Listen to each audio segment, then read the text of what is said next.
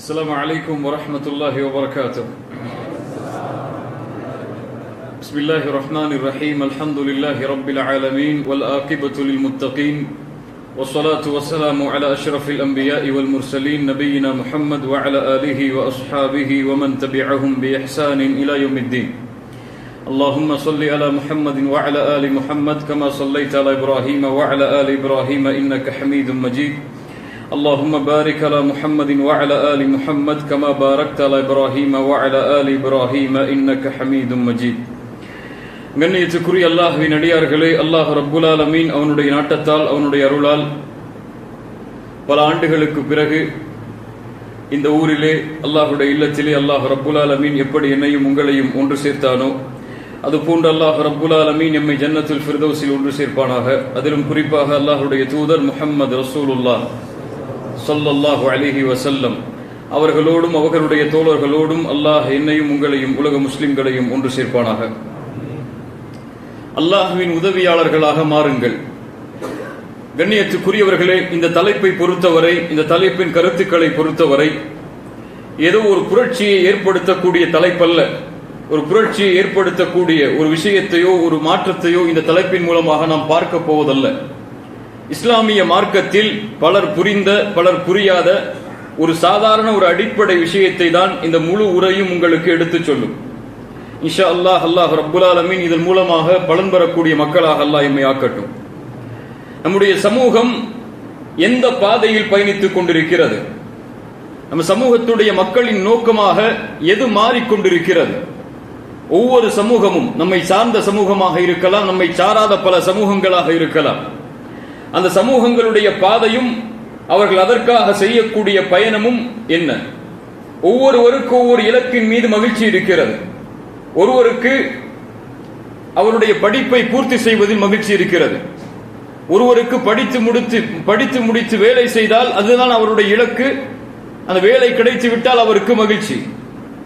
வேலை கிடைத்ததற்கு பிறகு அடுத்தடுத்து தலங்களாக உயர்ந்து ஒரு உயர்ந்த தலத்தை அந்த வேலையில் அடைவது ஒருவருக்கு மகிழ்ச்சி, ஒருவருக்கு இலக்கு. அதை அடைந்தால் அவர் மகிழ்ச்சி அடைவார். இப்படி இந்த உலகத்திலே வாழக்கூடிய ஒவ்வொருவரும் ஒரு இலக்கை நோக்கி ஒரு நோக்கத்தை நோக்கி தான் பயணிக்கிறார்கள். அந்த நோக்கம் கிடைத்தால் மகிழ்ச்சி என்று அவர்கள் எண்ணிக்கொண்டிருக்கிறார்கள். அல்லாஹ் ரப்புல் ஆலமீன் அவனால் அவனுடைய லா இலாஹ இல்லல்லாஹ்வை ஏற்றுக்கொண்டு வாழக்கூடிய இந்த சமூகத்துடைய நோக்கமாக இலக்காக அல்லாஹ் எதை மாற்றினான்? அதை இந்த சமூகத்துடைய பெரும்பான்மையான மக்கள் இன்னும் அறியவில்லை. எதற்காக அல்லாஹ் எம்மை முஸ்லிம்களாக மாற்றினான்? எதற்காக அல்லாஹ் ரப்புல் ஆலமீன் லா இலாஹ இல்லல்லாஹ் என்ற கொள்கையில் அல்லாஹ் எம்மை ஆக்கினான்? அல்லாஹ்வுடைய தூதரை அல்லாஹ் கூற சொல்லுகிறானே, குல் ஹாதிஹி சபீலி, நபியே சொல்லுங்கள், இதுதான் என்னுடைய பாதை, இதுதான் என்னுடைய பாதை. அல்லாஹ் அங்கே மதம் என்று சொல்லவில்லை, அல்லாஹ் அதை மார்க்கம் என்று சொல்லவில்லை. இது ஒரு பாதை, ஒரு இலக்கை நோக்கி பயணிக்கக்கூடிய பாதை. அது அல்லாஹ் இந்த பாதையில் என்னை ஆக்கி இருக்கிறான். இந்த பாதையில் இருந்து கொண்டு அத்உ இலல்லாஹ், அல்லாஹ்வின் பக்கம் நான் மக்களை அழைப்பேன். அலா பஸீரத்தின் அன வ மன் இத்தபஅனி, அலா பஸீரா, தெளிவான பார்வையை கொண்டு, தெளிவான சிந்தனைகளை கொண்டு, ஒழுக்கத்தை கொண்டு நானும் என்னை பின்பற்றக்கூடிய மக்களும் என்று அல்லாஹ் ரப்புல் ஆலமீன் அல்லாஹ்வுடைய தூதரை எந்த பாதையின் மீது நிறுத்தினானோ அந்த பாதையில் தான் நாம் பயணித்துக் கொண்டிருக்கிறோமா? அந்த பாதை அடையக்கூடிய இலக்கை நோக்கிதான் நாம் சென்று கொண்டிருக்கிறோமா? அல்லது நம்முடைய பாதை மாற்றப்படுகிறதா? கண்ணியத்துக்குரியவர்களே, இன்று நம்முடைய மரணம் ஏற்பட்டால் நாம் எதை இந்த பூமியிலே விட்டு செல்ல போகிறோம்? அதை பற்றியெல்லாம் நமக்கு கவலை கிடையாது. ஆனால் இந்த பூமியில் யாரும் நம்மை சார்ந்தவர்களில் மரணத்தை நேசிக்க மாட்டோம். இப்போது மரணமாவதை யாராவது விரும்புகிறீர்களா? மலக்குல் மௌத்தை இப்போது உங்களுடைய கண்களால் பார்ப்பதை விரும்புகிறீர்களா? யாராவது விரும்புறோமா? இல்ல மாஷா அல்லாஹ், அல்லாஹ் பாதுகாத்தவர்களை தவிர பெரும்பான்மையான மக்கள் நம்மை போன்றவர்கள் மரணத்திற்காக இன்னும் நம்மை தயார்படுத்தவில்லை. சுலைமான் இப்னு அப்துல் மலிக் அபுல் ஹாசிம் என்று அழைக்கப்படக்கூடிய ஒரு அறிஞர்களில் ஒருவர், அவரிடத்திலே கேட்கப்படுகிறது, யா அபா ஹாசிம், நம்மில் யாரும் மரணத்தை நேசிப்பதில்லையே, எல்லோரும் மரணத்தை வெறுக்கிறோம், ஏன்? அபு ஹாசிம் ரஹிமஹுல்லாஹ் அவர்கள் சொன்னார்கள், ஏன் மரணத்தை வெறுக்கிறோம் தெரியுமா? நாம் நம்முடைய முதலீடுகள் எல்லாம், நம்முடைய இன்வெஸ்ட்மெண்ட், நம்முடைய முதலீடுகள் எல்லாம் இந்த பூமியில் தான். இந்த பூமியைத்தான் நாம் செழிப்பாக்கி வைத்திருக்கிறோம். மறுமையுடைய நம்முடைய நிலம் இன்னும் காலியாக இருக்கிறது, எதையும் நாம் முதலீடு செய்யவில்லை என்றும். இன்னும் ஒரு முதலீட்டை எதில் செய்தோமோ அதில் இருக்கத்தான் நாம் ஆசைப்படுவோம், எதில் முதலீடு செய்யவில்லையோ அதை நோக்கி நாம் பயணிக்க மாட்டோம். உண்மையா இல்லையா? மறுமையில் நமக்கு முதலீடு கிடையாது, மறுமைக்கான தயாரிப்புகள் நம்மிடத்திலே எதுவும் இல்லை. இந்த பூமிக்காக எல்லாவற்றையும் தயாரித்து வைத்திருக்கிறோம். எது நமக்கு தேவையோ எது நமக்கு தேவை இல்லையோ எல்லாவற்றையும் நம்முடைய வீடுகளும் சுமந்திருக்கிறது, நம்முடைய வாழ்க்கையும் சுமந்திருக்கிறது. அல்லாஹ் ரப்புல் ஆலமீன் புரியக்கூடிய ஆற்றலை நமக்கு தருவானாக. இன்று மரணம் ஏற்பட்டால் எதை இந்த பூமியில் விட்டு செல்வோம்? இந்த இரண்டு கூட்டத்தில் ஒருவராகத்தான் இருக்க முடியும். அல்லாஹ்வுடைய தூதர் ஸல்லல்லாஹு அலைஹி வஸல்லம் ஒரு ஜனாஸா அவர்களை கடந்து செல்கிறது. அப்போது சொன்னார்கள், முஸ்தரீஹுன் வ முஸ்தராஹும் மின்ஹு. ஒன்று அவர் மகிழ்ச்சியோடு இருக்கிறார், அல்லது மக்கள் இவரை விட்டு மகிழ்ச்சியாகி விட்டார்கள். எப்படி மகிழ்ச்சியாக இவர் இருக்கிறார்? இப்போது இவர் செய்த நன்மைகள், அல்லாஹ்வுடைய அருளை நோக்கி அருளை எதிர்பார்த்து இவர் செய்த அமல்கள் எல்லாம் இவருக்கு கூலியாக கிடைக்க போகிறது என்ற மகிழ்ச்சியில் இருப்பார். அல்லது இவர் செய்த பாவம், இவர் மக்களுக்கு செய்த கெடுதல், இதிலிருந்து மக்கள் இவர் சென்று விட்டாரே என்று மகிழ்ச்சி அடைவார்கள்.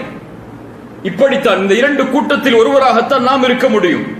ஒன்று நாம் மகிழ்ச்சி அடைவோம் நாம் மரணம் அடைந்தால், அல்லது நம்மிலிருந்து மக்கள் மகிழ்ச்சி அடைவார்கள். இவன் வாழ்ந்தது நமக்கு பலன் உள்ளது கிடையாது, இவன் சென்று விட்டான் அல்ஹம்துலில்லாஹ் என்று கூட மக்களில் பலர் சொல்லும் அளவிற்குத்தான் நம்முடைய பலருடைய வாழ்க்கை இருக்கிறது. கண்ணியத்துக்குரியவர்களே, யாருக்கும் பலனுள்ளவர்களாக வாழாமல் இருப்பது கூட தவறில்லை. ஆனால் யாருக்கும் தீமை தரக்கூடியவர்களாக வாழ்ந்து விடக்கூடாது.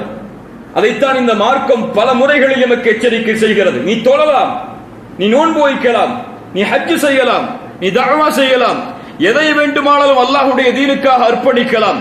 ஆனால் உன்னின் மூலமாக இந்த பூமியில் ஒரு படைப்பும் நோவினை செய்யப்படக்கூடாது. அப்படி நோவினை செய்யப்பட்டால் அல்லாஹ்வுடைய பார்வையில் உன் தொழுகை, உன் நோன்பு, உன் ஹஜ், உன் அமல்கள் எதுவும் மதிப்பில்லாததாக மாறிவிடும். ரசூலுல்லாஹி ஸல்லல்லாஹு அலைஹி வஸல்லம் அவர்களிடத்திலே கேட்கப்படுகிறது, அல்லாஹ்வுடைய தூதரே, ஒரு பெண்மணி உண்டு, அவளை நாங்கள் அறிந்திருக்கிறோம். அந்த பெண் இன்ன ஃபுலானா தகூமுல் லைல், இரவுடைய தொழுகையை தொழுகிறாள். பெண்கள் கேட்டுக் கொள்ளட்டும், இரவுடைய தொழுகையை தொழுகிறாள். வதசூமுன் நஹார், பகலெல்லாம் நோன்பு வைக்கிறாள். அவள் தான தர்மங்களை அளவின்றி கொடுத்துக் கொண்டே வருகிறாள். ஆனால் அந்த பெண் அண்டை வீட்டாருக்கு நாவால் தீவினை செய்கிறாள், நாவால் நோவினை செய்கிறாள். இந்த பெண் யார்? அல்லாஹ்வுடைய தூதர் ஸல்லல்லாஹு அலைஹி வஸல்லம் என்ன சொன்னார்கள் தெரியுமா? தொழுகிறாளே, நோன்பு வைக்கிறாளே, இரவெல்லாம் நின்று தொழுகிறாளே, இந்த பெண் சொர்க்க பெண் என்று சொன்னார்களா? லா கைர ஃபீஹா ஹிய மின் அஹ்லின் நார். அல்லாஹு அக்பர். இந்த பெண்ணிடத்திலே எந்த நன்மையும் இல்லை, இந்த பெண் நரகத்தை சார்ந்தவள். அல்லாஹ்வுடைய தூதரே, இன்னொரு பெண் இருக்கிறாள், கடமையான தொழுகையைத்தான் தொழுகிறாள், அவளால் முடிந்ததைத்தான் தான தர்மங்களாக கொடுக்கிறாள். ஆனால் இந்த பெண்ணால் உலகத்தில் யாரும் தீவினை நோவினை செய்யப்படுவதில்லை. இந்த பெண் யார்? அல்லாஹ்வுடைய தூதர் ஸல்லல்லாஹு அலைஹி வஸல்லம் சொன்னார்கள், ஹிய மின் அஹ்லில் ஜன்னah. இந்த பெண் சொர்க்கத்தை சார்ந்தவள். நம்முடைய புரிதல் என்ன? நாம் தொழுகிறோம், நாம் முஸ்லிம்கள். நாம் நோன்பு வைக்கிறோம், நாம் முஸ்லிம்கள். நாங்கள் ஹஜ் செய்கிறோம், நாங்கள் முஸ்லிம்கள். நாங்கள் தாடி வைத்திருக்கிறோம், அதனால் முஸ்லிம்கள். முஸ்லிம்களை போன்று தோற்றத்தை ஆக்கி இருக்கிறோம், அதனால் முஸ்லிம்கள். அல்லாஹ்வுடைய பாதையில், அல்லாஹ்வுடைய பார்வையில் இந்த வெளி தோற்றங்களும் இந்த அமல்களும் மதிப்பில்லாததாக மாறும். எம்மின் மூலமாக மக்கள் பலனடையவில்லை என்றால், நம்முடைய வாழ்க்கை பிறருக்கு பலனுள்ள வாழ்வாக அமையவில்லை என்றால், அல்லாஹ்வுடைய தூதர் ஸல்லல்லாஹு அலைஹி வஸல்லம் அதனால் தான் சொன்னார்கள், அஹப்புன் நாஸ் இலல்லாஹ் அன்ஃபஉஹும் லின்னாஸ். அல்லாஹ்விடத்திலேயே நேசத்துக்குரியவன் யாரிடத்தில்? அல்லாஹ்விடத்தில். எம்மை படைத்த ரப்பு ஒருவரை நேசித்தால் என்ன ஆகும்? அல்லாஹ்வுடைய தூதர் சொன்னார்கள், ஒரு அடியானை அல்லாஹ் நேசித்தால் ஜிப்ரீலை அழைப்பான். யா ஜிப்ரீல், இன்னல்லாஹ யுஹிப்பு ஃபுலானன், இந்த அடியானை நான் நேசிக்கிறேன், நீங்களும் நேசியுங்கள். ஜிப்ரீல் வானத்தில் உள்ளவர்களை அழைப்பார், வானத்தில் உள்ள மலக்குகளே, அல்லாஹ் இவரை நேசிக்கிறான், ஜிப்ரீல் ஆகிய நானும் நேசிக்கிறேன், நீங்களும் நேசியுங்கள். வானத்தில் உள்ள அத்துணை மலக்குகளும் நேசிப்பார்கள். அதற்கு பிறகு பூமியில் உள்ள கட்டளைகள், பூமியில் உள்ள மனிதர்களுக்கு அந்த கட்டளை கொடுக்கப்படும். பூமியில் இறை நம்பிக்கை ஏற்றுக்கொண்ட எல்லோரும் அந்த அடியானை நேசிப்பார்கள். ஒரு முஃமினை முஃமின் நேசிப்பான், ஒரு முஃமினை முனாஃபிக் தான் வெறுப்பான். ஒரு முஃமின் நேசித்தே தீருவான். ஒரு முஃமினின் மீது ஒருவன் வெறுப்பை வைத்திருக்கிறான் என்றால் அவன் தவறல்ல, இவனுடைய உள்ளத்தில் நிஃபாக் இருக்கிறது.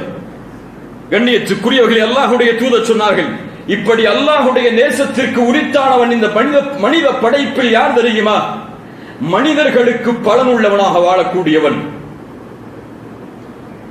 அல்லாஹ்வுடைய தூதர் மேலும் சொன்னார்கள், அல்லாஹ்விடத்திலேயே விருப்பத்திற்குரிய அமல் என்னவென்றால் தன் சகோதரனுடைய உள்ளத்தில் மகிழ்ச்சியை ஏற்படுத்துதல். தன் சகோதரன் கவலையில் இருக்கும் பொழுது அவனுக்கு தட்டி கொடுத்து, கவலைப்படாது, இது கவலைப்பட வேண்டிய இடம் அல்ல, உன்னுடைய பாதை, உன்னுடைய பயணம் தூரமானது, அதை நோக்கி செல் என்று சொல்லப்படக்கூடிய வார்த்தையில் ஒரு சகோதரன் மகிழ்ச்சி அடைந்து விட்டால் அல்லாஹ்விடத்திலேயே அமல்களில் அதுதான் விருப்பமானது என்று ரசூலுல்லாஹி ஸல்லல்லாஹு அலைஹி வஸல்லம் சொன்னார்கள். அல்லாஹ்வுடைய தூதர் ஸல்லல்லாஹு அலைஹி வஸல்லம் சொன்னார்கள், ஒரு முஃமின் ஒரு மரத்திற்கு ஒப்பானவன், அந்த மரத்துடைய இலைகள் கீழே விழாது. என்ன மரம்? என்ன மரம்? பேரித்த மரம். ஏன் அல்லாஹ்வுடைய தூதர் அந்த பேரித்த மரத்தை உதாரணமாக ஆக்கினார்கள்? அதனுடைய எல்லா பகுதிகளும் பலனளிக்கக்கூடியது, அது தரக்கூடிய பலமும் அதில் உள்ளே உள்ள கொட்டை கூட பலனளிக்கக்கூடியது. பேரித்த மரத்தில் எதுவும் மீன் கிடையாது. இப்படி ஒரு முஃமினை அல்லாஹ்வுடைய தூதர் ஒரு மரத்திற்கு ஒப்பாக்கிறார்கள் என்றால் என்ன அர்த்தம்? அவன் விடக்கூடிய மூச்சு காற்று முதற்கொண்டு, அவன் பார்க்கக்கூடிய பார்வை முதற்கொண்டு மக்களுக்கு பலனுள்ளதாகத்தான் இருக்கும், மக்களுக்கு தீங்களிக்கக்கூடியதாக ஒருபோதும் அமையாது. கண்ணியத்துக்குரியவர்களே, இந்த மனித சமூகம் எம்மின் மூலமாக என்ன பலனை எதிர்பார்க்கிறது? முதலில் ஒன்றை புரிந்து கொள்ள வேண்டும். இந்த தலைப்பிற்குள் நுழைவதற்கு முன்னால் அல்லாஹ்விற்கு நானோ நீங்களோ தேவை கிடையாது. இந்த மார்க்கத்தை பரப்புவதற்கோ, இந்த மார்க்கத்தை மக்கள் மத்தியிலே எடுத்துச் சொல்வதற்கோ நானோ நீங்களோ அல்லாஹ்விற்கு தேவை கிடையாது. அல்லாஹ் ரப்புல் ஆலமீன் இந்த மார்க்கத்தை மேலோங்க செய்வான். இந்த மார்க்கத்தை எதிர்க்கக்கூடிய எதிரிகளை கொண்டு கூட அல்லாஹ் ரப்புல் ஆலமீன் அவனுடைய புத்தகம் அல் குர்ஆனிலே தெளிவாக சொல்கிறான், உங்களிடத்திலிருந்து எந்த தேவையும் எனக்கு கிடையாது. அல்லாஹ் கூறுகிறான், சூரா முஹம்மதுடைய 38வது வசனம், இவர்களை நீங்கள் அல்லாஹ்வுடைய பாதையில் செலவழிக்கும்படி நீங்கள் இப்போது அழைத்துக் கொண்டிருக்கிறீர்கள். அப்படி அல்லாஹ்வுடைய பாதையில் செலவழிக்கும்படி நீங்கள் அழைத்தால் அவர்கள் எப்படி நடந்து கொள்கிறார்கள்? அவர்களில் சிலர் கஞ்சத்தனம் காட்டுகிறார்கள். ஆனால் அவர்கள் கஞ்சத்தனம் காட்டுவதால் அல்லாஹ் ஏழையாகி விட்டாரா? அல்லாஹ்வுடைய பாதை செழிப்பாகாமல் விட்டு விட்டதா? கிடையாது. இவர்கள் கஞ்சத்தனம் காட்டுவது ஃபஇன்னமா யப்கலு அன் நஃப்ஸிஹி, அவனுக்குத்தான். அதனால் அவனுக்குத்தான் பலன் இல்லை, அதனால் அவனுக்குத்தான் கூலி இல்லை. வல்லாஹுல் கனி வ அன்துமுல் ஃபுகரா, அல்லாஹ் செல்வந்தன், நீங்கள் ஏழைகள். நீங்கள் எல்லோரும் ஏழைகள், அல்லாஹ் ஒருவன் தான் செல்வந்தன். வ இன் ததவல்லௌ யஸ்தப்தில் கௌமன் கைரகும் ثم لا يكون امثالكم, அப்படி நீங்கள் இப்படிப்பட்ட வாழ்க்கையை மேற்கொண்டால், ஏதோ என் மூலமாகத்தான் சமூகம் பலனடைகிறது, என் மூலமாகத்தான் இந்த சமூகத்திற்கு ஒரு வெற்றி கிடைக்கிறது என்று மமதையில் பெருமையில் நீங்கள் மேற்கொண்டால் அல்லாஹ் உங்களை அழித்துவிட்டு வேறொருவரை கொண்டு வருவான். அவர்கள் உங்களை போன்று இருக்க மாட்டார்கள். அல்லாஹ்விற்கு யாரும் தேவை கிடையாது. நமக்குத்தான் தேவை. நமக்குத்தான் தேவை அல்லாஹ்வுடைய உதவி, நமக்குத்தான் தேவை அல்லாஹ்வுடைய வெற்றி, நமக்குத்தான் தேவை அல்லாஹ் கொடுக்கக்கூடிய கண்ணியம், நமக்குத்தான் தேவை அல்லாஹ் ரப்புல் ஆலமீன் நம்முடைய சிரமங்களை நீக்குவது. அல்லாஹ்விற்கு எந்த தேவையும் நம்மிடத்திலிருந்து கிடையாது. வானங்கள் பூமியில் உள்ள எல்லா படைப்புகளும் அவனை மறுத்தாலும் அவனுடைய ஆட்சியில் எதுவும் குறைய போவது கிடையாது. வானங்கள் பூமிகளில் உள்ள எல்லோரும் அவனை ஏற்றுக்கொண்டாலும் அவனுடைய ஆட்சியில் எதுவும் உயரப்போவது கிடையாது. அவன் எந்த கண்ணியத்தில் படைப்புகளை படைத்ததற்கு பிறகு இருக்கின்றானோ அதே கண்ணியத்தில் தான் படைப்புகளை படைப்பதற்கு முன்னாலும் அல்லாஹ் இருந்தான். கண்ணியத்துக்குரியவர்களே, இப்போது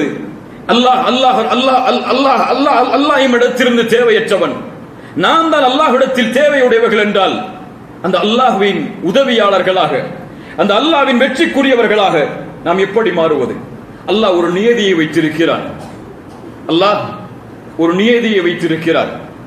நான் உன்னிடத்திலிருந்து எதையும் எதிர்பார்க்கவில்லை. நான் கொடுக்கக்கூடிய செல்வத்தை கொண்டோ, நான் கொடுக்கக்கூடிய இந்த வாழ்வை கொண்டோ நீ எனக்காக எனக்கு பலன் உள்ளவனாக வாழ வேண்டும் என்பதை எதிர்பார்க்கவில்லை.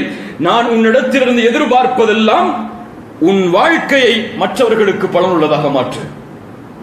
இதுதான் எனக்கு செய்யக்கூடிய உதவி. இதுதான் நான் படைத்த படைப்புடைய உண்மையான நோக்கம். மனிதர்களாக உங்களை ஆக்கியது. அல்லாஹ் ரப்புல் ஆலமீன் நாளை மறுமையில் கேட்பான் என்று ரசூலுல்லாஹி ஸல்லல்லாஹு அலைஹி வஸல்லம் சொன்னார்கள். ஒருவனை அழைப்பான், நான் நோயாளியாக இருந்தேன், என்னை நலம் விசாரிக்க வந்தாயா? அவர் சொல்லுவான், யா அல்லாஹ், நீ வானம் பூமிகளை படைத்த ரப்புல் ஆலமீன், நீ நோயாளியாக இருந்து உன்னை நலம் விசாரிக்க வரவில்லையா? அப்போது சொல்லுவான், என் அடியானில் ஒருவன் நோயாளியாக இருந்தானே, அவனை நீ நலம் விசாரிக்க சென்றிருந்தால், அவனுக்கு உதவி இருந்தால் அங்கே என்னை பெற்றிருப்பாய். நான் உணவுக்காக உன்னிடத்திலே வந்தேன், ஏன் எனக்கு உணவை கொடுக்கவில்லை? அவன் சொல்லுவான், யா அல்லாஹ், நீ ரப்பு, நீ இறைவன், நீ என்னிடத்திலே உணவுக்காக வந்தாயா? அல்லாஹ் சொல்லுவான், என் படைப்பில் ஒருவன் உணவை தேடி உன்னிடத்திலே வந்தானே, அவனுக்கு நீ உணவை கொடுத்து அவனுடைய பசியை ஆற்றி இருந்தால் அங்கே என்னை பெற்றிருப்பாய். தாகத்திலே வந்த ஒருவனுக்கு தண்ணீரை கொடுத்து அவனுடைய தாகத்தை தணித்திருந்தால் அங்கே என்னை பெற்றிருப்பாய். எங்க அல்லாஹ் கனெக்ஷன் ஏற்படுத்துறான். அவர்களுக்கு செய்யக்கூடிய உதவியை அல்லாஹ் தனக்கு செய்யக்கூடிய உதவியாக கருதுகிறான். ஒரு ஹதீஸை கவனியுங்கள், ரொம்ப அழகான ஹதீஸ். ஒரு மனிதன் தாகத்திலே வருகிறான், கிணற்றிலே இறங்கி தண்ணீரை கொடுக்கிறான். ரசூலுல்லாஹி ஸல்லல்லாஹு அலைஹி வஸல்லம் சொல்கிறார்கள், அதனால் அவனுடைய தாகம் தடுகிறது. மீண்டும் கிணற்றிலிருந்து ஏறி வெளியே வருகிறான். வெளியே பார்த்தால் ஒரு நாய் அங்கே இருக்கக்கூடிய தண்ணீரும் மண்ணும் கலந்த அந்த மண்ணை தன்னுடைய நாவால் தேய்த்து கொண்டிருக்கிறது. அதை பார்த்து அந்த மனிதன் சொல்லுகிறான், ஃபகால الرجل لقد بلغ هذا الكلب من العطش مثل الذي كان بلغ مني. எனக்கு எப்படி தாகம் ஏற்பட்டதோ அப்படித்தான் இந்த நாய்க்கும் தாகம் ஏற்பட்டிருக்கிறது. உணர்கிறான் அவன், நான் ஒரு படைப்பு, எனக்கு எப்படி தாகம் வந்ததோ அது போல்தான் இந்த நாய்க்கும் தாகம் வந்திருக்கிறது என்று அந்த கிணற்றிலே இறங்கி தண்ணீரை எடுத்து அந்த நாய்க்கு கொடுக்கிறான். அந்த நாயுடைய தாகம் தடுகிறது. அல்லாஹ்வுடைய தூதர் ஸல்லல்லாஹு அலைஹி வஸல்லம் சொன்னார்கள், அல்லாஹ் அவனை மன்னித்தான். ஃபஷக்கர அல்லாஹு லஹு, அதனால் அல்லாஹ் அவருக்கு நன்றி செலுத்தினான். சுப்ஹானல்லாஹ்.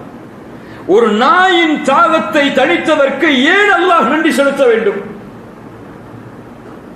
ரசூலுல்லாஹி ஸல்லல்லாஹு அலைஹி வஸல்லம் மேலும் சொன்னார்கள், ஒரு மனிதனை நான் சொர்க்கத்திலே பார்த்தேன். அவன் சொர்க்கத்திலே உலா வந்து கொண்டிருந்தான். அவன் செய்த அமல் என்ன தெரியுமா? ஒரு பாதையில் மக்களுக்கு இடையூறு தரக்கூடிய ஒரு மரத்தை வெட்டி தூக்கி எறிந்தான். ரசூலுல்லாஹி ஸல்லல்லாஹு அலைஹி வஸல்லம் சொன்னார்கள், ஒரு மனிதனை பார்த்தேன். அந்த ஒரு மனிதன் பாதையில் சென்று கொண்டிருக்கும் பொழுது மக்களுக்கு இடையூறு தரக்கூடிய ஒரு முள்ளை அகற்றினான். அதனால் அல்லாஹ் அவனை மன்னித்தான். அல்லாஹ் அவருக்கு நன்றி செலுத்தினான். சுப்ஹானல்லாஹ். அல்லாஹ் எங்கே அதை ஏற்படுத்த விரும்புகிறான்? நீ படைப்புகளுக்கு செய்யக்கூடிய உதவி எனக்கு செய்யக்கூடிய உதவி, நீ படைப்புகளுக்கு கொடுக்கக்கூடிய முக்கியத்துவம் எனக்கு கொடுக்கக்கூடிய முக்கியத்துவம். அல்லாஹ் ரப்புல் ஆலமீன் அதைத்தான் இந்த தீன் முழுக்க ஆக்கி இருக்கிறான். இந்த தீனுடைய அழகு என்ன தெரியுமா? இன்னொரு உங்களிடத்திலே வந்து இந்த இஸ்லாமை பற்றி சொல்லுங்கள் என்று கேட்டால் என்ன சொல்லுவீர்கள்? லா இலாஹ இல்லல்லாஹ் முஹம்மது ரசூலுல்லாஹ். இங்கே சிலைகளை வணங்கக்கூடாது, இதெல்லாம் கடமைகள், சட்டங்கள், முறைகள், இதான் நமக்கு தெரியும். இஸ்லாமை பற்றி அழைக்க வேண்டும் என்றால் நமக்கு தெரிந்ததெல்லாம் என்ன? இதுதான். ஆனால் இதை தாண்டி ஒரு மிகப்பெரிய பகுதி இந்த மார்க்கத்திலே புதைந்திருக்கிறது. அதன் அழகை இன்னும் பலர் உணரவில்லை. அதை உணர்ந்தால் இந்த வாழ்வின் முறையை பின்பற்றுவது மிக எளிதாக, மிக இன்பமானதாக மாறிவிடும். அல்லாஹ் அதை புரியக்கூடிய ஆற்றலை தருவானாக. ஜஅஃபர் இப்னு அபி தாலிப் ரசூலுல்லாஹி ஸல்லல்லாஹு அலைஹி வஸல்லம் உடைய குடும்பத்தார். நஜாசி அரசர் அபிசீனியாவுக்கு ஹிஜ்ரத் செய்கிறார்கள் நபித்தோழர்கள்.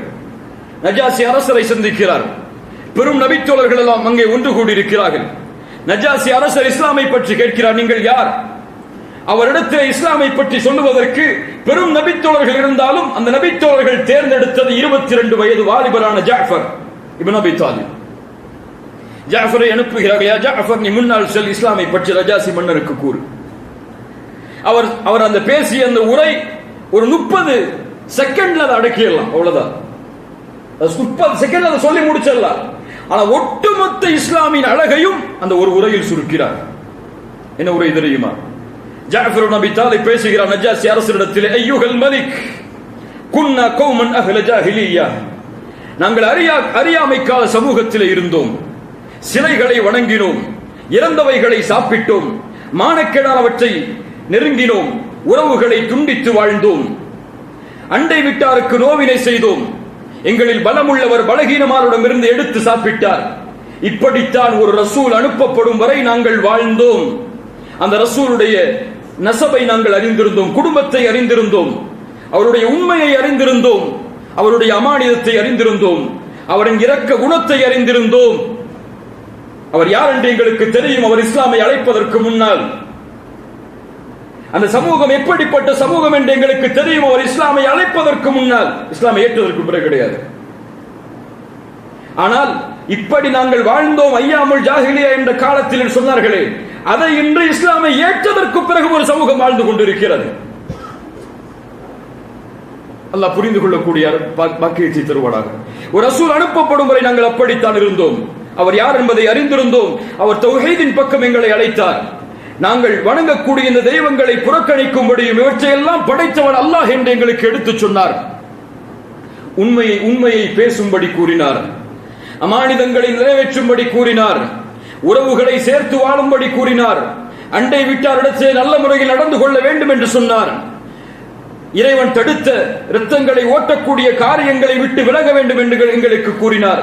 மானக்கேடால் அவற்றின் பக்கம் நெருங்கக்கூடாது என்றும், பொய் சாட்சி கூறக்கூடாது என்றும், எத்தீம்களுடைய சொத்துக்களை சூறையாடக்கூடாது என்றும், கற்புள்ள பெண்கள் மீது பழி சொல்லக்கூடாது என்றும் எங்களுக்கு ஏவினார். அவர் ஏவியதின்படி நாங்கள் அல்லாஹ்வை வணங்க ஆரம்பித்தோம். அல்லாஹ்வை தவிர மற்ற தெய்வங்களை புறக்கணித்தோம். அல்லாஹ்விற்கு எதையும் இணையாக்காமல் தொழுகை நிலைநாட்டினோம், ஜக்காத்தை கொடுத்தோம், நோன்பை நிறைவேற்றினோம் என்று மார்க்கத்துடைய கடமைகளை கூறி தன்னுடைய உரையை முடிக்கிறார். அவர் சொன்னது என்ன இந்த தில்ல அந்த அவருடைய உரையில? ரசூல் எங்களுக்கு ஏவியது லா இலாஹ இல்லல்லாஹ்வை மட்டுமல்ல. அது மதீனாவுடைய வாழ்க்கைக்கு பிறகல்ல நடந்தது, மக்காவுடைய வாழ்க்கையில் நடக்கிறது. முதல் போதனை, எடுத்து வைக்கக்கூடிய போதனை, அதில் அல்லாஹ்வுடைய தூதர் உள்ளடக்கிய அம்சங்கள் லா இலாஹ இல்லல்லாஹ் மட்டுமல்ல, தொழுகை மட்டுமல்ல, நோன்பு மட்டுமல்ல, அண்டை வீட்டாருக்கு நல்ல முறையில் நடப்பது, உறவுகளை சேர்த்து வாழ்வது. கண்ணியத்துக்குரியவர்களை, நம்முடைய சமூகம் இந்த பாதையை விட்டு விலகி இருக்கிறது. இந்த மார்க்கத்துடைய அழகை இன்னும் நாம் புரியவில்லை. இஹ்சான் எல்லா உரைகளிலும் அடிக்கடி வலியுறுத்தி வருவது, இந்த மார்க்கத்தில் ஒரு மிகப்பெரிய அழகு புதைந்திருக்கிறது. இந்த மார்க்கத்தை படிப்பவர்களால் அறிய முடியும். அல் இஹ்சான் என்றால், சுருக்கமாக உங்களிடத்திலே கூற வேண்டும் என்றால், ஒரு நீண்ட ஒரு சப்ஜெக்ட் இது. இந்த நேரத்தில் சொல்லி முடிக்க முடியாது. ஒரு சுருக்கமா சொல்ற, இஹ்சான் என்றால் இறைவன் உங்களோடு எப்படி நடந்து கொள்ள வேண்டும் என்று நீங்கள் விரும்புகிறீர்களோ அப்படி நீங்கள் மக்களிடத்தில் நடந்து கொள்ளுங்கள். இதைத்தான் இந்த மார்க்கம் சொல்லுகிறது. தொழுகை, நோன்பு, ஹஜ் மட்டும் நம்முடைய கடமை அல்ல. இதை செய்தால் மட்டும் ஒருவன் சொர்க்கம் சென்று விடுவான் என்று கிடையாது, முடியாது. அல்லாஹ் இதை எம்மிடத்திலிருந்து எதிர்பார்க்கவில்லை. இது கடமை, நீ செய்துதான் ஆக வேண்டும். தொழுவதை அல்லாஹ் எதிர்பார்க்கிறான் கிடையாது, நீ தொழுதுதான் ஆக வேண்டும். ரசூலுல்லாஹி ஸல்லல்லாஹு அலைஹி வஸல்லம் உடைய ஹதீஸை கவனியுங்கள். யார் ஒரு சகோதரனின் சிரமத்தில் பங்கு கொள்கிறானோ அல்லாஹ் அவனுடைய சிரமத்தை நீக்குகிறான். யார் ஒரு சகோதரனுக்கு உதவி செய்கிறானோ அல்லாஹ் அவனுக்கு உதவி செய்கிறான். இர்ஹமு மன் ஃபில் அர்த் இர்ஹமுக்கும் மன் ஃபிஸ் ஸமா. பூமியில் உள்ளவர்களுக்கு இரக்கம் காட்டுங்கள், வானத்தில் உள்ள அல்லாஹ் உங்கள் மீது இரக்கம் காட்டுவான். நீங்கள் கொடுங்கள், அல்லாஹ் உங்களுக்கு கொடுப்பான். ஒரு முஸ்லிமின் குறையை மறையுங்கள், அல்லாஹ் உங்களுடைய குறையை மறைப்பான். நீங்கள் பிறருடைய பாவங்களை மன்னியுங்கள், அல்லாஹ் மன்னிப்பான். எதை சொல்லுகிறது? உங்களோடு இப்படி அல்லாஹ் நடந்து கொள்ள வேண்டும் என்று நீங்கள் விரும்பினால் நீங்கள் இப்படி சக படைப்புகளோடு நடந்து கொள்ளுங்கள். அல்லாஹ் உங்களுடைய வாழ்வை செழிப்பாக்குவார். உங்களால் ஒருவருடைய சிரமம் நீங்கினால் அல்லாஹ் உங்களுடைய சிரமத்தை நீக்கியே தீருவார். ரசூலுல்லாஹ்வுடைய வாக்கு. நீங்கள் ஒருவருடைய கண்ணியத்தை பாதுகாத்தால் இழிவு வரக்கூடிய நேரத்தில் அல்லாஹ் உங்களுடைய கண்ணியத்தை பாதுகாப்பான்.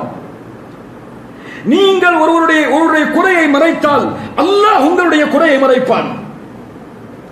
நீங்கள் ஒரு ஏழைக்கு கஷ்டத்திலே உதவினால் உங்களுடைய கஷ்டத்தில், உங்களுடைய வீட்டின் வாசலில் அல்லாஹ் உங்களுடைய கஷ்டத்தை நீக்குவதற்குரிய வழியை கொண்டு வருவான்.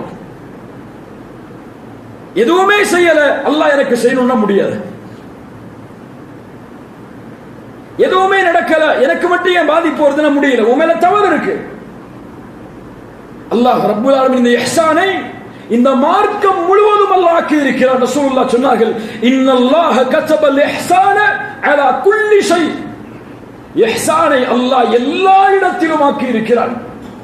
எப்படி தெரியுமா? ரசூலுல்லாஹ் சொன்னார்கள், நீங்கள் ஒன்றை அறுத்தால், ஒரு விலங்கை அறுத்தால் அழகிய முறையில் அதை அருங்கள். அதற்கான கத்தியை நீங்கள் கூர்மையாக்கிக் கொள்ளுங்கள். அந்த கத்தியை கூர்மையாக்குவது அந்த விலங்கினத்திற்கு இன்பத்தை தரும். அதன் மூலமாக அது எளிதான முறையில் இந்த உலகத்தை விட்டு பிரியும்.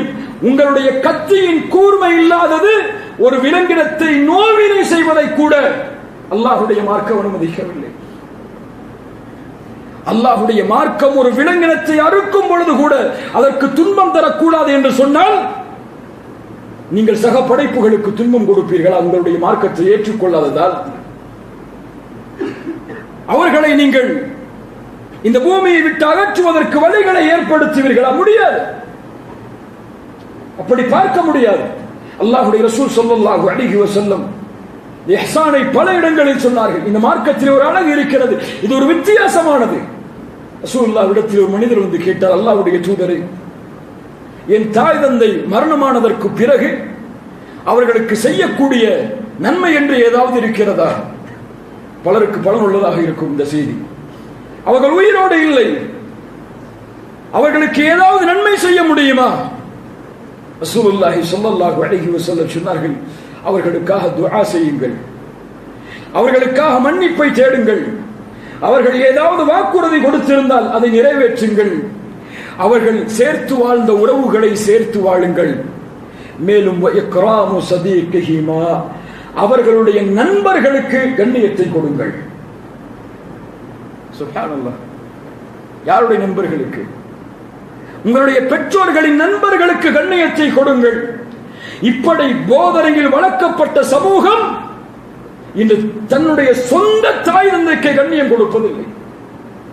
முஸ்லிம் சமூகத்தில் முதியோர் இல்லங்கள் ஏற்படுவது கேவலம். அது ஒரு பெரிய கண்ணியமான பதவி அல்ல. ஒருவன் தாய் தந்தையை முதியோர் இல்லத்தில் வைத்து வளர்க்கிறான் என்றால் அவன் இந்த சமூகத்திலிருந்து அகற்றப்படக்கூடிய வைரஸ் அவன். எத்துணை நாவுகள் நம்முடைய தாயை வேதனைப்படுத்துகிறது, எத்துணை நாவுகள் நம்முடைய தந்தையை வேதனைப்படுத்துகிறது. வாலிபர்களை அல்லாஹ்வை அஞ்சிக் கொள்ளுங்கள், வாலிப பெண்களை அல்லாஹ்வை அஞ்சிக் கொள்ளுங்கள். உங்களுடைய தாய் தந்தை நோவினை அடைந்தால் அல்லாஹ் உங்கள் மீது கோபப்படாமல் இருப்பதில்லை. நீங்கள் தொழுகின்ற தொழுகையோ, நீங்கள் வைக்கின்ற நோன்புகளோ, உங்களுடைய ஹஜ்ஜுகளோ, உங்கள் தாய் தந்தை உங்களுக்கு எதிராக துஆ செய்து விட்டால் முடிந்து போகும். அப்படி சொல்லக்கூடிய மார்க்கம். அல்லாஹ் ரப்பல் ஆலமீன் இஹ்சானை பல இடங்களில் பேசுகிறான். அல்லதீன யுன்ஃபிகூன ஃபிஸ் ஸர்ராஇ வத்-தர்ரா. முஹ்சின்கள் யார்? இஹ்சானை தன்னை உடையவர்கள் யார்? கொஞ்சம் கொஞ்சமா தொட்டுட்டு போறவங்கள்ட்ட எல்லாத்தையும் சொல்லல, எல்லாத்தையும் விவரமா பேச முடியாது. அல்லதீன யுன்ஃபிகூன ஃபிஸ் ஸர்ராஇ வத்-தர்ரா. முஹ்சின்கள் யார் தெரியுமா? அவர்கள் இன்பமான நேரத்திலும் அவர்களுக்கே இல்லை என்று வரக்கூடிய கடினமான நேரத்திலும் அல்லாஹ்வுடைய பாதையில் செலவு செய்வான். அல்லாஹ்வுடைய பாதையில் செலவு செய்வான் சொன்னா பேங்க் அக்கவுண்ட்ல போட மாட்டாங்க. அல்லாஹ்வுடைய பாதைன்னு ஒரு இடத்துல போய் போற்ற மாட்டான். அவனுடைய செல்வம் பிறருக்கு பலனுள்ளதாக இருக்கும். டொனேஷன் யார்கிட்ட போய் கேட்போம்? யார் இந்த சமூகத்தில் வெல்த்தியா இருக்காங்களோ அவங்கள்ட்ட போய் கேட்போம். டொனேஷன் கொடுங்க, இப்படி பணி செய்ய வேண்டியிருக்கு, ஒரு ஆளை படிக்க வைக்க வேண்டியிருக்கு, ஒரு ஆளுக்கு மருத்துவ செலவு இருக்குன்னு சொல்லி. ஆனா அல்லாஹ் என்ன தெரியுமா எதிர்பார்க்கிறார்? செல்வந்தவர்கள் மட்டும் இந்த மார்க்கத்தில் செல்வத்தை கொடுத்து ஏழைகளின் செல்வத்தை நீக்கக்கூடாது. செல்வந்தவர்களோடு சேர்ந்து தங்களிடத்தில் எதுவும் இல்லை என்றாலும் தங்களுக்கு இருப்பதை கொடுத்தாவது பிறரின் சிரமத்தை நீக்க வேண்டும். இப்படி வளர்க்கப்பட்ட மார்க்கம் இஸ்லாம். இப்படி இந்த உலகத்திற்கு வாழ்ந்து காட்டிய மக்கள் நான். ரசூலுல்லாஹி ஸல்லல்லாஹு அலைஹி வஸல்லம் இடத்திலே ஒரு தோழர் வருகிறார், விருந்தாளியாக. ரசூலுல்லாஹ் அந்த தோழரை ஒரு அன்சாரி தோழருடைய வீட்டுக்கு விருந்துக்காக அனுப்பி வைக்கிறார்கள். நீங்கள் இவரை சென்று கண்ணியப்படுத்துங்கள், என்னிடத்திலே உணவில்லை. அவங்க போறாங்க. அன்சாரி தோழர் தன்னுடைய மனைவிட்ட சொல்றாங்க, மனைவியே, அல்லாஹ்வின் தூதருடைய விருந்தாளி, கண்ணியப்படுத்துங்கள். சொன்னாங்க, நம்முடைய வீட்டுல குழந்தைக்குள்ள சாப்பாட்டை தவிர எதுவுமே இல்லை கணவரே, எதுவுமே இல்லை நம்முடைய வீட்டுல. அப்போது சொன்னார்கள், அப்படியா, நமக்கு குழந்தைக்குள்ள உணவு மட்டும்தான் இருக்கிறதா? பரவாயில்லை, குழந்தைகளை உறங்க வையுங்கள், விளக்கை அணைத்து விடுவோம். எமக்கு எதுவும் இல்லை என்றாலும் அவர் பசியாறி செல்லட்டும், அவர் பசியாறி செல்லட்டும். ஒரு ஏழை குடிசையில் இருளில் நடக்கக்கூடிய ஒரு நிகழ்வு ரசூலுல்லாஹ்வுக்கு கூட தெரியாது. இவங்க வந்து ரசூலுல்லாஹ்ட்ட, யா ரசூலுல்லாஹ், இப்படி ஒரு ஆளுக்கு சாப்பாடு போட்டு நாங்க பசியா இருந்தோம்னு சொல்லல. மறுநாள் காலையில் அல்லாஹ்வுடைய தூதர் ஸல்லல்லாஹு அலைஹி வஸல்லம் அந்த நபி தோழரை அழைத்தார்கள். இப்படி ஒரு ஏழை உன்னுடைய வீட்டிற்கு விருந்தாளியாக வந்த பொழுது நீ பசியோடு இருந்து அவர்களுக்கு உணவளித்தாயா? அல்லாஹ்வுடைய தூதர், எப்படி நாங்கள் செய்தோம். அல்லாஹ் உங்களை குறித்து குர்ஆனிலே ஒரு வசனத்தை இறக்கி இருக்கிறான். வயுத்திரூன அலா அன்ஃபுஸிஹிம் வலவ் கான பிஹிம் ஹஸாஸா. தங்களுக்கு தேவை இருந்த பொழுது கூட பிறருக்கு உதவி செய்தவர்கள், தன்னுடைய தேவையை முற்படுத்திவிட்டு பிறரின் தேவைக்கு முன்னுரிமை கொடுத்தவர்கள் என்று அல்லாஹ் உங்களுக்காக குர்ஆனுடைய வசனத்தை இறக்கி இருக்கிறான். ஏதோ ஒரு இருளில் நடந்த ஒரு நிகழ்வு உலகம் அழியும் வரை இந்த உலகத்தில் பேசப்பட்டுக் கொண்டே இருக்கும். ஏன்? இந்த அமலை அல்லாஹ் விரும்பினான். அந்த பாதையில் முள்ளை எடுத்து போட்டவர் நினைப்பாரா இப்படி ஒரு சமூகம் என்னை பற்றி பேசும் என்று? பேச வைத்தவன் யார்? அல்லாஹ். உங்கள் மூலமாக பலனுள்ள சமூகம் உருவானால் உலகம் அழியும் வரை உங்களுடைய பலனை அல்லாஹ் நிலைக்க செய்வான். அதை உணர்ந்து கொள்வோம். கண்ணியத்துக்குரியவர்களே, ரசூலுல்லாஹி ஸல்லல்லாஹு அலைஹி வஸல்லம் உடைய வாழ்வில் இன்னொரு நிகழ்வை கவனியுங்கள். எவ்வளவு அழகான தீன் பாருங்கள். ஒரு ஏழையான மிஸ்கீனான ஒரு பெண் அல்லாஹ்வுடைய தூதரிடத்திலே வருகிறார்கள். அல்லாஹ்வுடைய தூதருடைய வீட்டிற்கு வருகிறார்கள். ஆயிஷா ரலியல்லாஹு அன்ஹா இடத்திலே, அவளுடைய மனைவி இடத்திலே வந்து கேட்டார்கள், 2 குழந்தையை வச்சிருக்க, ரொம்ப பசியா இருக்கு, ஏதாவது சாப்பாடு கொடுங்கன்னு சொல்லி. நபியுடைய வீட்டில் என்ன சாப்பாடு இருக்கு? ஒண்ணுமே இல்லை. 3 பேரித்தம்பழத்தை எடுத்து கொடுக்கிறார்கள். 3 பேரித்தம்பழம். நம்ம வீட்டில் வந்து யாராவது சாப்பாடு கேட்டா நம்ம டேபிள்ல அவ்வளோ இருக்கும், ஃப்ரிட்ஜில் எது ஓரத்தில் நேத்து வச்ச சாப்பாடு எடுத்து கொடுப்போம். அப்படி இல்லை. 3 பேரித்தம்பழம் அதுதான் இருந்தது, கொடுத்தார்கள். உடனே அந்த தாய், ஒரு குழந்தைக்கு இன்னொரு பேரித்தம்பழம், ஒரு குழந்தைக்கு இன்னொரு பேரித்தம்பழம், ஒரு பேரித்தம்பழம் அந்த தாய்க்கு. நியாயமான பங்கீடு. முதலில் அந்த குழந்தை சாப்பிட்டு முடிக்கிறது, இந்த குழந்தையும் சாப்பிட்டு முடிக்கிறது. தாய் தன்னுடைய பசியை அடைப்பதற்காக ஒரு பேரித்தம்பழத்தை வாயில் வைக்கும் பொழுது அந்த 2 குழந்தைகளும் அதை கேட்கிறது. தாய் இறக்க குணத்தோடு அதை எடுத்து ஒரு குழந்தைக்கு பாதி, இன்னொரு குழந்தைக்கு பாதி என்று பசியோடு சொல்கிறார்.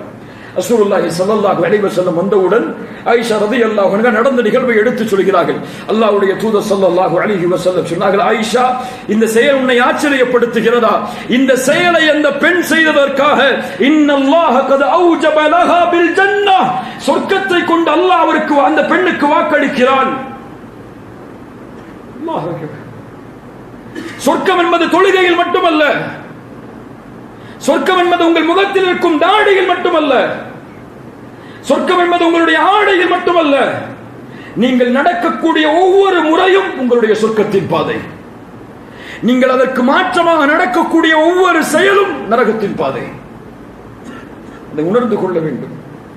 கண்ணியத்துக்குரியவர்களை, இந்த அழகு மறைக்கப்பட்ட காரணத்தால் தான், இந்த அழகிலிருந்து இந்த சமூகம் நீங்கிய காரணத்தால் தான் எதிரிகளுடைய பார்வையின் மீது வித்தியாசமாக இருக்கிறது. இந்த அழகை மறைத்து வைத்திருக்கும் காரணத்தால் தான் எதிர்ப்புகள். என்று எமக்கும் காபிர்களுக்கும் என்னங்க வித்தியாசம்? இந்த பூமியில வாழக்கூடியவர்களுக்கும் என்ன நம்ம வித்தியாசமா செஞ்சிட்டோம் அவங்களை விட? சொல்லுங்க, என்ன செயல் அவர்கள் செய்வத? ஒரு காபிர் ஒரு போலீஸ் நின்று லஞ்சம் கேட்டானா கொடுக்கிறான், டிராபிக்ல மாட்டிட்டா, ஒரு பைக் மாட்டிக்கிடுச்சுனா. ஒரு முஸ்லீமும் அதை செய்கிறானா இல்லையா? அவனுக்கு அதை லீகலா டீல் பண்ண முடியும். ஆனால் லஞ்சத்தை கொடுத்து எப்படியாவது இருந்து தப்பித்து விட வேண்டும் என்று யார் விரும்புகிறார்? ஒரு முஸ்லிமும் விரும்புகிறான். எப்படி இஸ்லாம் வெளியே தெரியும்? அப்ப எப்படி இந்த அழகெல்லாம் வெளியே கொண்டு வரப்படும்? இந்த உலகத்தில் நம்மை எதிர்ப்பவர்கள் யாரும் இந்த இஸ்லாமை பற்றி கேட்பதை விரும்பவில்லை. நீங்க பயான் பண்ணி இஸ்லாமை பற்றி எடுத்து சொல்லுங்க, யாரும் வந்து முன்னாடி நிக்கிறது இல்லை. அவர்கள் விரும்புவதெல்லாம் நீங்கள் முஸ்லிம்களாக வாழ்ந்து காட்டுங்கள், எங்களுக்கு முதலில் இஸ்லாம் சொல்லக்கூடிய போதனையில் நீங்கள் வாழ்ந்து காட்டுங்கள் என்பதைத்தான் அவர்கள் விரும்புகிறார்கள். என்ன பேசுறாங்க நம்மளை பத்தி இன்னைக்கு தெரியுமா? என்ன பேசுறாங்க? இவர்கள் எங்கள் ஊரில் வாழ்வதை நாங்கள் விரும்பவில்லை என்று ஒரு நாடு சொல்லுகிறது. இனிமேல் முஸ்லிம்கள் இந்த நாட்டில் நுழையக்கூடாது என்று தடை விதிக்கிறது. உலகமெல்லாம் சிகப்பு கம்பளங்களோடு வரவேற்கப்பட்ட முஸ்லிம் ஆட்சிகள் எல்லாம் இன்று துரத்தப்படுகிறது இந்த நாடுகளில் இருந்து. ஏன் ஒரு முஸ்லிமுக்கு வீடு கிடைக்குமா சென்னையில்? இன்னைக்கு ஒரு வேலைக்கு போயிட முடியுமா தாடி வச்சுக்கிட்டு? நீங்க ஒரு இமிகிரேஷனை பாஸ் பண்ண முடியுமா நீங்க நிம்மதியா? ஏன்? அவர்களுடைய உள்ளத்தில் புதைந்து கிடக்கிறது வெறுப்புகள் எல்லாம். ஒரு பயம் அவர்களை தொற்றிக் கொண்டிருக்கிறது. இந்த பயத்தை நீக்க வேண்டிய பொறுப்பை மறந்து நாம் வாழ்கிறோம். உண்மை உணர்ந்துவோம். இஸ்லாமை எடுத்து சொல்றதெல்லாம் அடுத்த கட்டம். முதல் இஸ்லாமின் மீது பூசப்பட்ட இந்த சாயத்தை அகற்றுவது என் மீது கடமை, என் உணர்வது. கண்ணியத்துக்குரியவர்களே, ஆனால் இப்படி நடந்து கொள்வர்களோடு கூட நல்ல முறையில் நாம் நடந்து கொள்ளல. பேஸ்புக்ல யாராவது ஒரு இஸ்லாமை எதிர்க்கக்கூடிய ஒரு சகோதரன் அறியாத முறையில் ரசூலுல்லாஹை பற்றியோ இந்த மார்க்கத்தை பற்றியோ தவறாக ஒரு போஸ்டர் போட்டுட்டா அதுக்கு கீழே இந்த முஸ்லிம்களோட ரியாக்ஷன் என்ன? அவர் நடந்து கொண்டதை விட கீழ்த்தரமாக அவருடைய மதத்தை விமர்சிக்கிறான். மேல குர்ஆனை விமர்சித்தால் அவர்களுடைய வேதங்களை விமர்சிக்கிறான். இறைவனை விமர்சித்தால் அவர்களுடைய இறைவனை விமர்சிக்கிறான். யார் கற்றுக் கொடுத்த வழிமுறை இந்த வாலிபர்களுக்கு? இதெல்லாம் அல்லாஹ் கூறுகிறான், நீங்கள் அவர்களுடைய தெய்வங்களை ஏசாதீர்கள். அவர்கள் அறியாமையில் உங்களுடைய இறைவனையிலே ஏசக்கூடும். உங்களால் எனக்கு ஏற்றார். அல்லாஹ் அறியாமையில் இந்த சமூகம் திரண்டு கொண்டிருக்கிறது.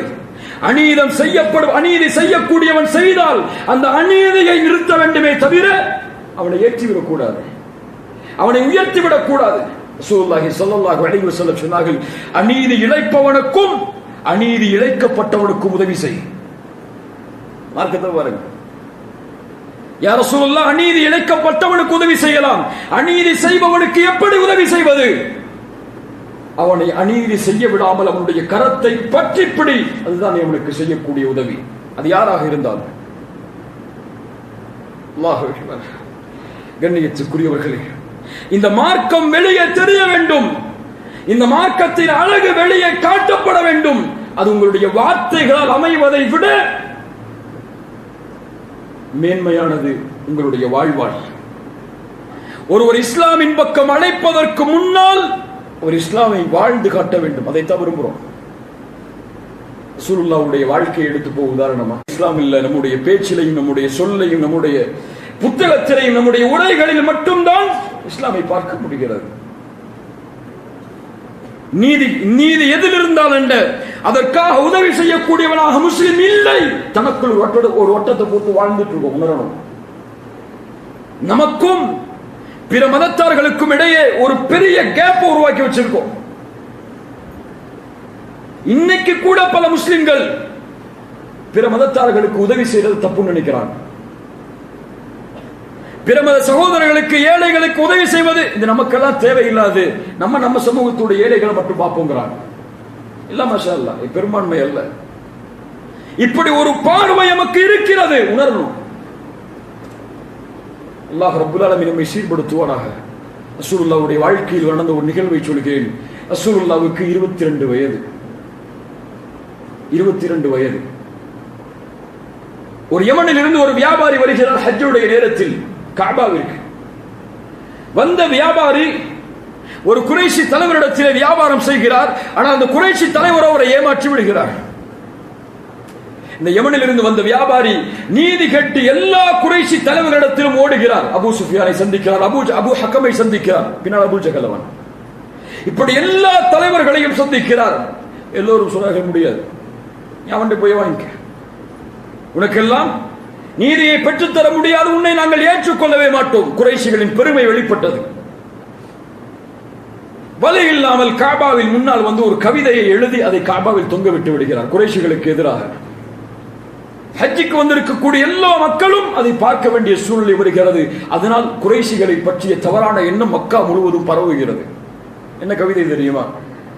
அதில் சில வார்த்தைகள் மிக அழகானது. குறைஷிகளை நீங்கள் கஅபாவிற்கு அருகில் வாழ்வதாலோ இந்த பூமியில் வாழ்வதாலோ நீங்கள் கண்ணியமான சமூகமாக மாறிவிட முடியாது. கண்ணியமான பூமியில் கண்ணியமான இடத்தில் வாழக்கூடியவர்கள் கண்ணியமான செயலை செய்தால்தான் கண்ணியமானவர்களாக நீங்கள் மாற முடியும். ஹஜ்ஜுக்கு காபா பக்கத்தில் வாழ்ந்தனால அல்லாஹ் உங்களை உயர்த்திட மாட்டான் என்பதை போன்ற வார்த்தைகளை வெளிப்படுத்துகிறார்.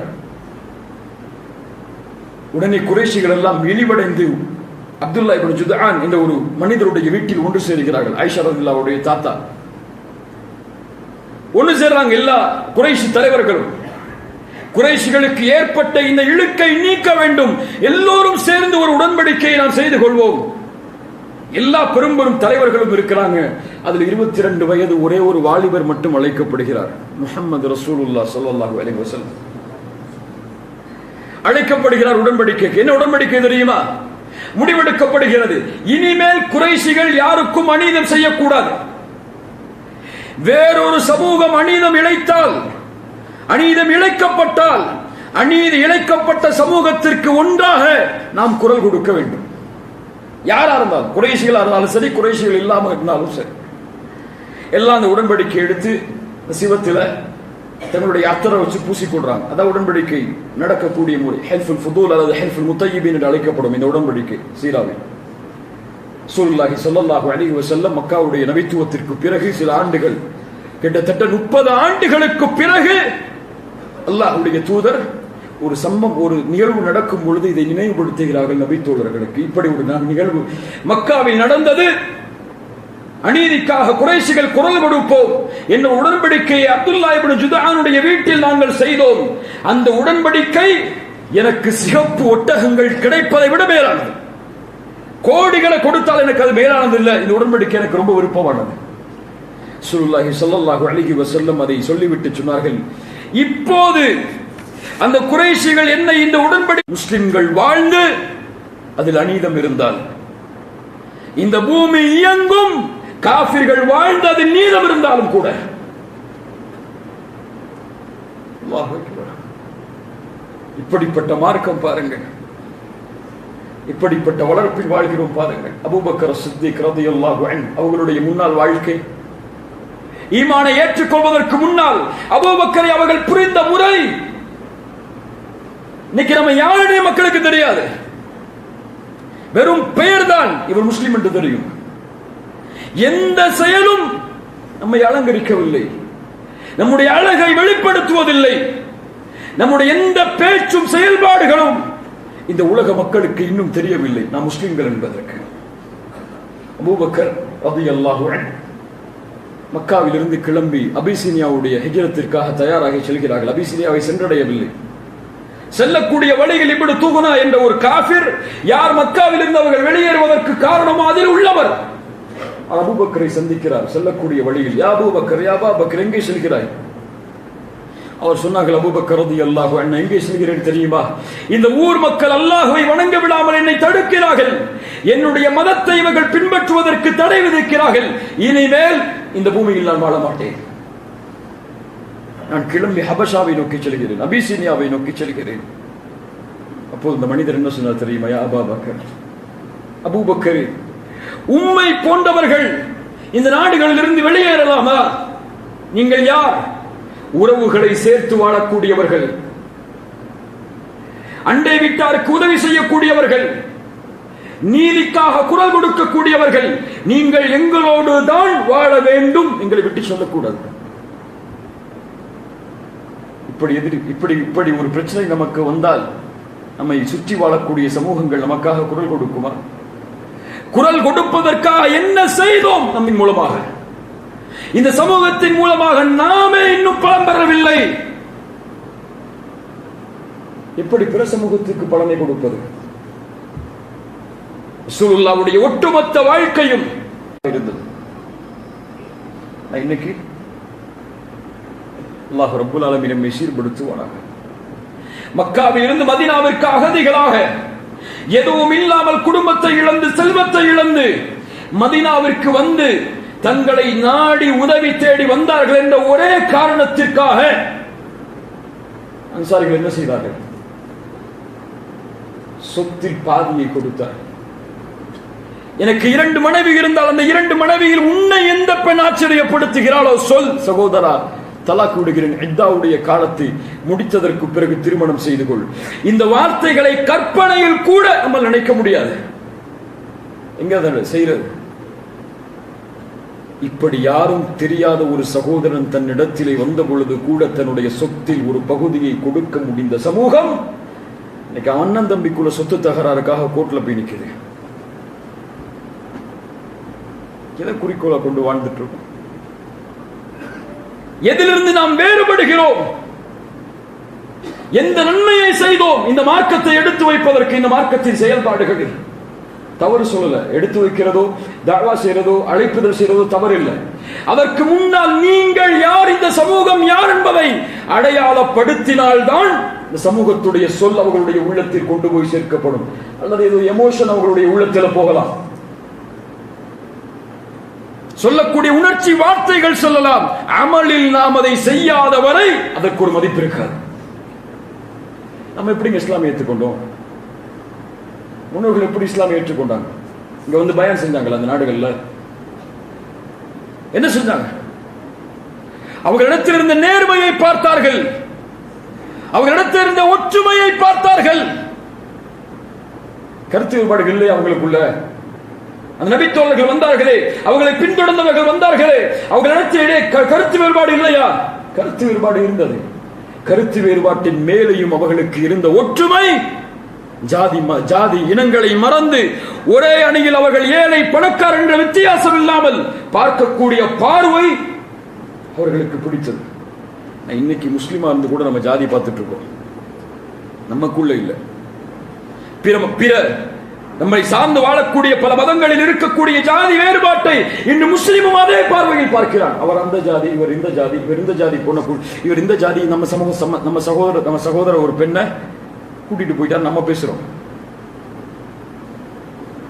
அவர்களை அப்படியே நாமும் அடையாளம் காட்டுகிறோம். இல்ல மஷா அல்லாஹ், அதுக்கு நமக்கு நம்மிடத்தில் அந்த வேறுபாடு இல்லை என்றால் அவர்கள் அழைக்கக்கூடிய பேரெல்லாம் நமக்கு அதற்கு. அவன் மனிதன், அவ்வளவுதான். அவன் என்னுடைய இனத்தில் பிறந்தவன், அவன் யாராக இருக்கட்டும் என்று பார்க்கக்கூடிய பார்வை நம்மிடத்தில் இல்லை. அப்துல்லா இப்னு முபாரக் என்ற ஒரு மிகப்பெரிய அறிஞர் வாழ்ந்தார்.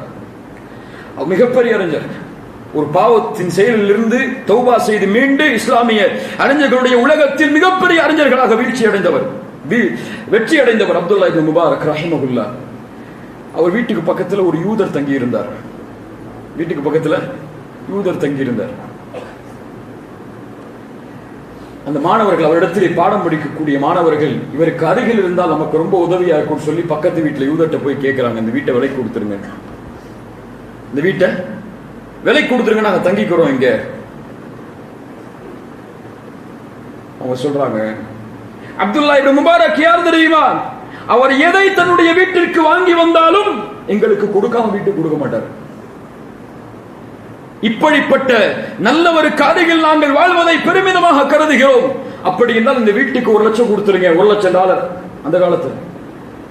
அப்துல்லா இப்னு முபாரக்கு பக்கத்தில் இருக்குமே, அதுக்கு 1 லட்சம் கொடுத்துருங்கன்னா சாதாரண நிகழ்வா தெரியுதா உங்களுக்கு? ஆனா இப்படி நம்முடைய வாழ்க்கை இருக்கா? நம்மை அண்டை விட்டார்கள் பிரமதத்தார்கள் என்றால் அவர்களோடு நாம் நடந்து கொள்ளக்கூடிய முறை என்ன? முஸ்லிமா இருந்தா கூட ஒழுங்கா நடந்துக்கல. நம்ம யாருன்னு தெரியாது இந்த உலகத்துல. இந்த மாதிரி சிட்டிகள்ல பக்கத்து வீட்டுல யாரு இருக்கான்னு தெரியாது. பூகம்பம் வந்தா, நிலநடுக்கம் வந்தாலும் கீழே வந்தாலும் தெரியும் பக்கத்து வீட்டுல தான் இருக்கீங்களா. அப்படிதான் இந்த உலகம், இந்த மாதிரி இடங்கள்ல வாழ்க்கை இருக்கு. கண்ணியத்துக்குரியவர்களே, இதுதான் மார்க்கம்.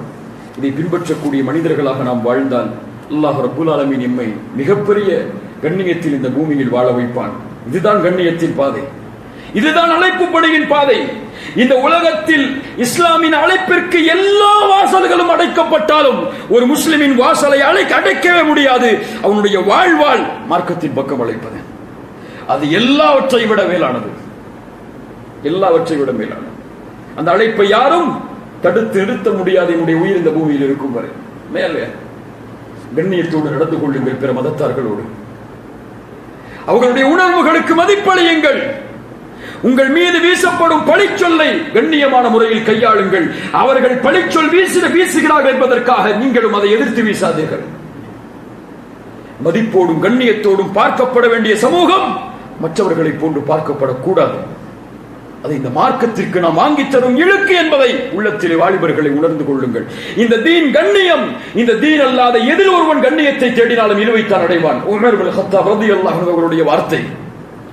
கண்ணியத்துக்குரியவர்களே, இந்த பிரமணன் நம்முடைய வாழ்க்கை நம்மை சுற்றி இருக்கக்கூடிய மனிதர்களுக்கு பலனுள்ள வாழ்க்கையாக இருக்க வேண்டும். ஒரு பெரிய செயலை நீங்க செய்ய வேணாம், ரொம்ப பெரிய புரட்சியை நீங்க ஏற்படுத்திட வேணாம். ரசூலுல்லாஹி ஸல்லல்லாஹு அலைஹி வஸல்லம் சொன்னார்கள், ஒரு கிணத்தை தோண்டுகிறான், அதன் மூலமாக நீர் வருகிறது, அதன் மூலமாக மனிதனோ ஜின்னோ பறவையோ தன்னுடைய தாகத்தை தணிக்கிறது. இப்படி மனிதனோ ஜின்னோ பறவையோ தாகத்தை தணிக்கும் காரணத்தால் அல்லாஹ் அவர்களுக்கு கூலியை அவர்கள் அடையக்கூடிய பலனுக்காக இந்த மனிதனுக்கு அல்லாஹ் கூலியை கொடுக்காமல் இருப்பதில்லை. ஒரு தண்ணி கொடுத்தார், ஒரு ஏழை வேர்வையில் வேலை செய்கிறானா, ஒரு வாட்டர் பாட்டில் வாங்கிட்டு போய் கொடுங்க, அவர்களுக்கு தெரியும் நீங்கள் யார் என்று. ஒரு ஏழை தன்னுடைய நோயில் அவதிப்படுகிறானா, அவனுடைய கரத்தை பிடித்து தூக்கி பாருங்கள், அவனை முஸ்லிம் அல்லாதவன் என்று வேறுபடுத்தி பார்க்காதீர்கள் உதவி செய்யும் போது. இந்த பார்வை நம்முடைய சமூகத்திலிருந்து அகற்றப்பட வேண்டும். ஒரு முஸ்லிம் இந்த உலகத்தை மனித இனமாகத்தான் பார்க்க வேண்டுமே தவிர நான் தான் வாழ வேண்டும் பிறர் வாழக்கூடாது என்று பார்க்கக்கூடாது. எந்த நபியும் எந்த நபித்தோழர்களும் அப்படி நம்முடைய சமூகத்தை வார்த்தெடுக்கவில்லை. பிறருக்கு பலனளிக்கக்கூடியவராக இந்த பூமியில் வாழ்ந்து மறையுங்கள். எதில் இருந்தாலும் நீங்க டாக்டரா இருக்கலாம், நாலு ஏழைகளுக்கு ஃப்ரீயா மெடிக்கல் பாருங்க, அந்த ஏழை யாராக இருக்கலாம். நீங்க ஒரு லாயரா இருக்கலாம், ஒரு ஏழை நீதிக்காக வந்தால் அவருக்கு ஃப்ரீயா மெடிக்கல் சர்வீஸ் பண்ணுங்க. நீங்க ஒரு டீச்சரா இருக்கலாம், ஒரு 4 ஏழை குழந்தைகளுக்கு ஃப்ரீயா டியூஷன் எடுங்க. இப்படி எந்த துறையில் நீங்கள் இருந்தாலும், எந்த வாழ்க்கை முறையில் நீங்கள் இருந்தாலும், உங்களுடைய வாழ்க்கை பிறருடைய வாழ்க்கைக்கு பலனுள்ளதாக இருந்தால் நாம் தான் உண்மையில் அல்லாஹ்வின் உதவியாளர்கள். உண்மையில் அல்லாஹ்வுடைய தீனுக்கு நாம் செய்யக்கூடிய உதவி இதுதான். இதன் மூலமாக பிறருடைய உள்ளத்தில் இந்த மார்க்கத்தின் கண்ணியம் உயர்ந்து விட்டால் அல்லாஹ்விடத்திலே அதைவிட பெரிய அமல் கிடையாது. அல்லாஹ் ரப்புல் ஆலமீன் இந்த உரையை புரியக்கூடிய வாய்ப்பை அல்லாஹ் ரப்புல் ஆலமீன் நமக்கு தருவானாக. அல்லாஹ்வின் பாதையில் அழைக்கக்கூடிய மக்களாக அல்லாஹ் எம்மை ஆக்குவானாக. நம்முடைய குணங்களை அல்லாஹ் சீர்படுத்துவானாக, பண்புகளை அல்லாஹ் சீர்படுத்துவானாக. பிரிவுகளை மறந்து, குழுக்களை மறந்து, ஒழுக்கத்தின் பாதையில் குரோதம் இல்லாமல், வெறுப்பில்லாமல், ஈகோ இல்லாமல், எந்த ஒரு தலைமையும் முன்னிறுத்தப்படாமல் ஒரு நேரான பாதையில் சமூகத்தை அழைத்து செல்லக்கூடிய மக்களாக அல்லாஹ் எம்மை ஆக்கட்டும்.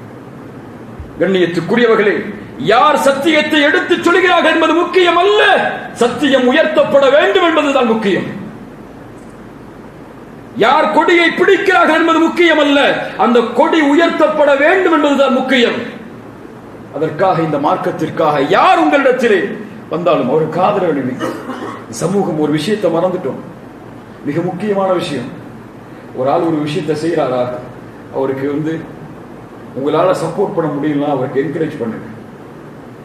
வாலிப சமூகத்தை மற்றவர்கள் வாழக்கூடிய முதியவர்களோ அல்லது பெரியவர்களோ என்கரேஜ்மெண்ட் பண்ணுங்க.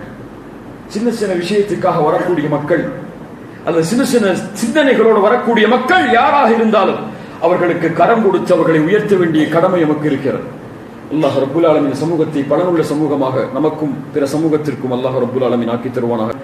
ஜஸாக்குமுல்லாஹு கைரன், பாரக்கல்லாஹு ஃபீக்கும். அல்லாஹ் ரப்புல் ஆலமீன் எப்படி நம்ம இங்கே ஒன்று சேர்த்தானோ அது போன்று அல்லாஹ் ஜன்னத்துல் ஃபிர்தௌஸில், அதிலும் குறிப்பாக அல்லாஹ்வுடைய தூதர் முஹம்மது ரசூலுல்லாஹ் ஸல்லல்லாஹு அலைஹி வஸல்லம் அவர்களோடும் அவர்களுடைய தோழர்களோடும் அல்லாஹ் நம்மை ஒன்று சேர்ப்பானாக. அகூலு கௌலி ஹாதா அஸ்தக்ஃபிருல்லாஹ லீ வ லக்கும். அஸ்ஸலாமு அலைக்கும் வ ரஹ்மத்துல்லாஹி வ பரகாத்துஹு.